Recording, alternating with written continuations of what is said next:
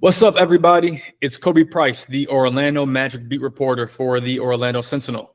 With the Magic season officially in the rearview mirror, we reached out to you, the fans, to see what kind of questions you had, not just about the season that was, but also the offseason ahead. So let's jump right into it.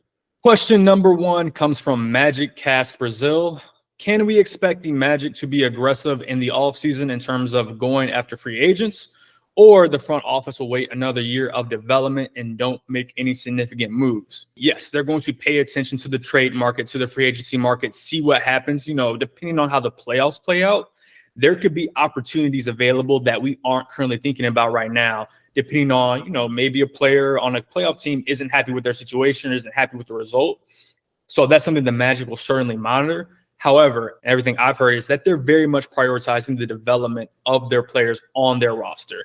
I think they're going to, continue to prioritize developing the young players I already have, seeing how far this young group can take them, and then maybe next year, with another year of evaluation, or maybe even during the trade deadline this upcoming season, the 2023-2024 season, evaluating again. But as of right now, I'm not expecting them to be extra aggressive in terms of making a trade or making a flashy free agency signing. Question number two, Jeff Weltman mentioned something in the line of there appears to be rising interest from agents and players in Orlando again. Heard anything of worth? Yes, I actually have heard similar to what Jeff alluded to with the interview I believe he did with Orlando Sentinel's own Mike Bianchi on his radio show. They see that the Magic are building this organically. And they've taken note just of the improvement from last year to this season. 22 wins last year to 34 wins. Obviously, you inject a player like Paolo Banchero into it. Development of Franz Wagner, Markelle Fultz, Jalen Suggs-Cole. I think like the Wendell Carter Jr., like other people outside the team are taking note and seeing what the Magic are building. And because of that, I think there is interest in, hey, maybe down the line, this player would be interested, or maybe down the line, my client would be interested in that situation. Whether that interest or people taking note turns into a signing over the summer or a trade over the summer or a trade during the next ahead of the next deadline or even the next offseason, that remains to be seen. So what that turns into, we'll see. However, notes are definitely being taken and the Magic are definitely catching people's attention. Question number three comes from the Magician. What do you think our team ceiling is next year, assuming we make the playoffs? Example, second round surprisers, home court advantage in the first round, etc. I'll say up front, the assumption to make the playoffs, that's a pretty significant assumption just because, we're seeing right now in the Eastern Conference, at least based off what we know right now, you feel pretty comfortable with at least assuming at least four of those teams will make the playoffs next year.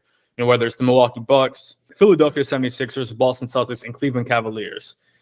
However, we've seen this year, we just saw this past season, that you put the Magic against, most other teams, they can not just compete, but they could beat any team in the league. And I would imagine after another year of growth, maturity, and development, they'll only get better. So maybe home court advantage in the first round would be, I don't know about it would be out of the question, but would be extremely difficult just because, for a 34-win team, you would imagine to have home court advantage, they need to be around the 47-48 win mark.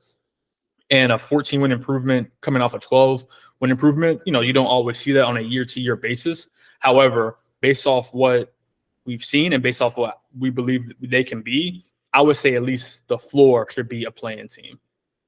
Question number four and the final question, more so focusing on the season that was. What was your favorite game this year? That question comes for Brian.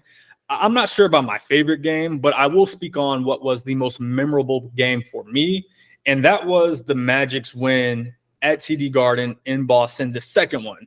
Obviously, there was the whole talk from outsiders. I think it was Eddie House who made the comments after game one, and that really revved up the Magic players and the Magic fans. The Celtics, they're coming off a loss from the Magic, so they're aware of how good this team can play. And there was a moment, I believe it was in the third quarter, where the Celtics went on a run. It was one of the loudest arenas I've heard, or one of the loudest arenas I've been in that moment. And you could almost see the Magic adjusting to have to play in that kind of environment.